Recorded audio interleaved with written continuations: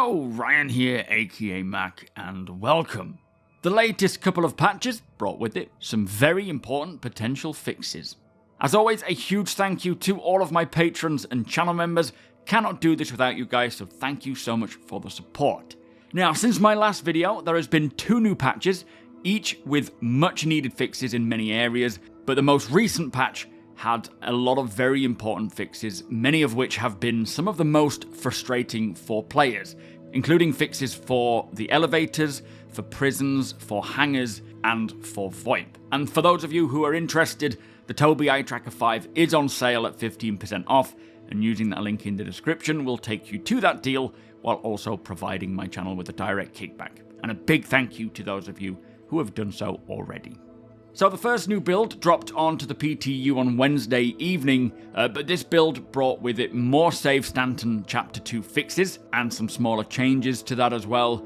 And in location updates, they have buffed the size 6 and size 10 turrets aiming predictions, and for ships and vehicles, they have disabled the drop shadow on all holographic ship MFDs. So firstly, very happy to see the turrets getting more capable, being more buffed, as this will provide much needed protection around the various locations that use them. But secondly, I'm not sure why they have disabled the drop shadow on the holographic MFDs. It's either due to them being more legible without it, which I doubt, as drop shadow seems to be very helpful for a lot of UI. It could be more of an issue with a bug or performance problems. That might be why they've disabled it, I'm not sure, but we'll have to wait and see. Now, there were 13 new bug fixes, all of them possible bug fixes. None of them were just bug fixes in general, so I guess now they put possible because they can't be 100% certain. But these include audio bleeding from other players' hangars, ASOP and other kiosk issues kicking the player out when trying to use them, ship loadouts not saving after inserting salvaged parts, thankful for that fix, hit registration and pip calculations being incorrect, a transparent box overlapping the transaction confirmation screen when trying to complete a hauling mission, courier missions not completing, warehouse orders not counting as collected or delivered, landing in party members' vehicle hangars, and accidentally bumping the ship can cause turrets like the PDCs to turn hostile. That's a fun one. I've experienced that one myself. And 2 other hauling mission bugs are potentially fixed as well. So some very important fixes there. Hopefully being possible bug fixes, they are actual bug fixes, but until I get in and try it, I don't know. There were also 3 more client crashes fixed and 1 server crash fixed with the first build too. Now, in regards to known issues, there were 14 known issues on the list for this build, one of which is classed as a blocker, being the inability to store a vehicle in an assigned hangar after landing. There were also 12 critical issues and 1 high issue. So, nice to see them actually labelling these issues in regards to their severity, as this really helps to determine how close a patch is to potentially releasing. It isn't a given, I will say, but it certainly helps to deduce where Cloud Imperium are at in regards to getting a patch ready for a live release. Now, for the patch released last night, there were actually no new features or gameplay updates, only bug fixes and back-end fixes, which again is often a sign that Cloud Imperium are no longer updating things and just focusing on getting as many bugs sorted before pushing it to live. Again, it's not a given, but it is often a good sign. Now, there were 3 more Save Stanton Chapter 2 possible bug fixes, and for general bug fixes, there are 9 possible fixes this time, including a missing elevator carriage causing a black hole that players can fall into, we've all been there, and elevator panels being blank or bright white. Players should no longer get stuck in prison, which is a great fix. I know many players have suffered from this, so hopefully that possible bug fix is actually fixed. Hangar queues for landing getting timed out, vehicle power and power pips being set to 0 or randomly turning off, players not hearing each other over VoIP or any other audio channels. That should be fixed now. Really happy to hear that VoIP is returning. It has been a problem for a long while. Another fix for the PDCs turning hostile when players accidentally bump into the ship, so I guess the possible fix from the previous build didn't actually fix this. Hopefully this one does.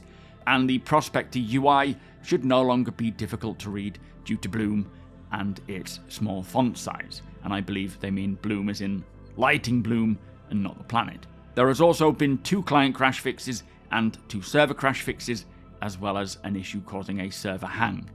Now, for known issues, there are 14 known issues with this one of which is the same blocker, being storing ships in hangars, but only 8 are critical issues now versus the previous patch's 12 critical issues. Now, I have linked the patch notes in the description below should you want to check out all the known issues for yourselves or do a comparison. It is entirely up to you. But it is great to see many of these bigger problems potentially getting sorted. Much of the bug fixes in this last build have been either critical or high in severity, so very happy to see that those are getting fixed now. There are still many more remaining, as we can see, before Cloud Imperium would likely want to release to live. Blockers specifically, as that literally means that this specific bug is blocking the patch from releasing and is of top priority to them, which is the inability to store a vehicle in a hangar.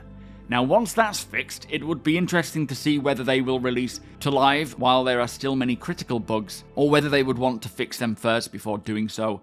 We are most likely getting a new patch tonight, which hopefully brings many more fixes to all bugs of all types, but of course primarily the blockers and the critical bugs, as that is what will allow the patch to be pushed out to all on the persistent universe. It could be a release candidate tonight if they manage to get most of those sorted, especially that blocker. Otherwise, they will just keep it in the PTU until next week. Now, my fingers are firmly crossed that we can see many of these issues get sorted, as I am really excited to jump back in properly when 4.0.1 does go to the live servers, get recording more off-grid and other gameplay videos, but I just don't feel like doing it before that. There was also a recent client server hotfix rolled out last night, I believe it was, onto the PTU for 4.0.1, just to fix a dedicated game server crash, for those who were wondering. But that is the latest updates for StarCitizen 4.0.1. The latest monthly report for the persistent universe was released, covering all of the work done during November and December. A great read that I will be breaking down in detail here on my YouTube over the weekend, so keep your eyes out for that one. Plus, we have just had the latest Squadron 42 newsletter email, chonk full of really cool tidbits about the single-player campaign, especially surrounding the musical score from Geoff Zanelli. Those bagpipes, whew, they've really hit the mark. Who knew? Also, this month we will see a free fly and referral bonus during the Red Festival, so if you have been on the fence about trying Star Citizen, that would be the perfect time to jump in and test it out without spending a single penny. More details on that to come, most likely throughout this week or next. But with that said, I can see that 45% of my viewers are not subscribed, which is pretty great to learn that 55% of you are, so thank you to all of you guys. But if you do enjoy my videos or appreciate them, please do consider subscribing. We are fast approaching 70,000 subscribers with only about 800 to go now, give or take. So thank you so much. I also stream on Mondays, Wednesdays and Fridays between 2 and 6 PM GMT. I might even be live right now. Do check the link to my Twitch channel below. It is twitch.tv/SuperMacBrother. Or check my YouTube channel. I stream to both YouTube and Twitch now, and you can join in on whichever one you prefer. Hit the thumbs up if you don't mind, it does the channel a big favour, and tick that notification bell if you would like to be notified when my videos go live. Don't forget to take advantage of that TOBII deal if you are on the market for head tracking.